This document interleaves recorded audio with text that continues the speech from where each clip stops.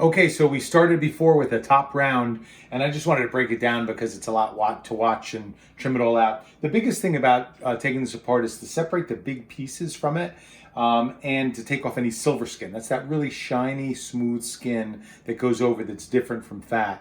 And when you cook that, that really gets like rubber. That's that connective tissue and kind of holds it all together.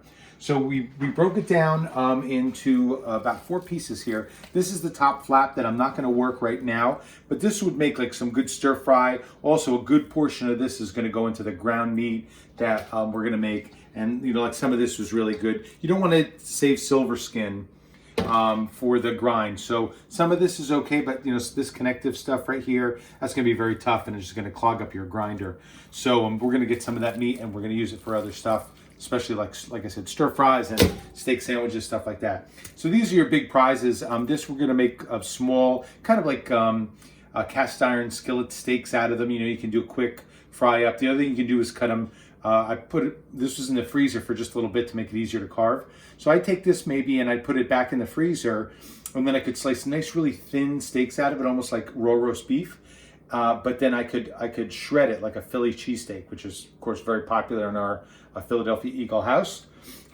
There's a piece of trim right here that I cleaned up a little bit. There's a big vein going through this, and again, this would be a good like a stew meat. Chunk it up and stew meat it, or long strips, quick cut, and stir fry it. One thing I want to mention about all this meat is if you get close on here, you can see how the meat runs, okay? How the muscle runs. Think about muscle as long pieces of rope. See how it runs in a line? That's how it grows.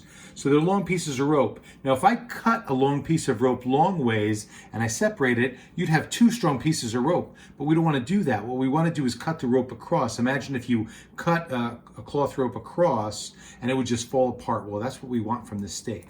So when I'm cutting the steaks out of it, I want to make sure that I'm cutting across the grain, never with the grain, okay?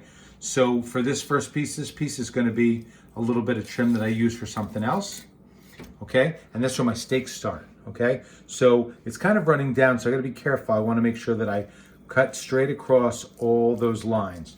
So to make a nice grilled steak out of this, a nice round steak, I want to cut across, and you can see what I've done. I've separated out instead of having these long strings running back and forth. Now I've cut them in half. So when I eat this, when I grill it and eat it, maybe a nice little marinade on here, when I go to cut it, it's going to be very tender, okay, and delicious. It should be really good. So that's the most important thing I can really give you out of here. So I'm going to keep cutting this. I'm going to cut the steaks out of it. I'm going to cut the London broils out of it. A couple of those will come out of here. And this will be just a really good grill steak. Also good braised steak, piece of meat. So what I could do is take this, brown it in some oil, maybe a little bit of onions, garlic, add some beef broth to it, cover it, and put it in the oven for a couple hours. And then when you take it out, it'll just fall apart tender. So 2 great ways to use top round.